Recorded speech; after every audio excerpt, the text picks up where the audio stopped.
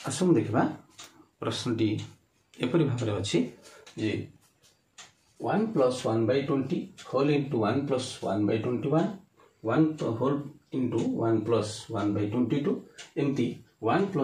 1/100 पर्यंत आम जदि गुणन करवा गुणफलटी केते आसो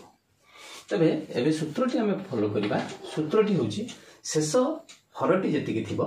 आम कोन कले सेइथिरे आम 1 जोग कले एवं होल बाय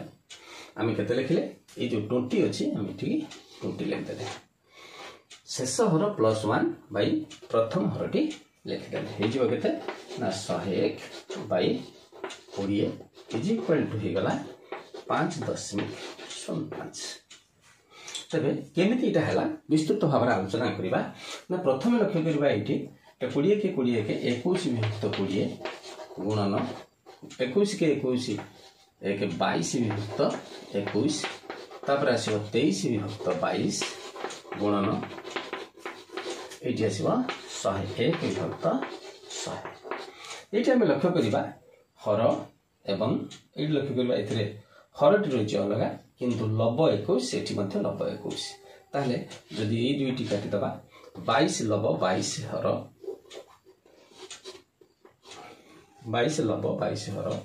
एवं एई भली भाबरे हम काटि काटि गले शेष रे 100 कटि जीव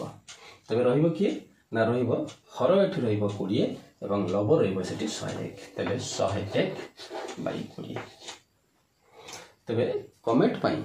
प्रश्नटी होची 1 + 1/5 होल इंटू 1 + 1/6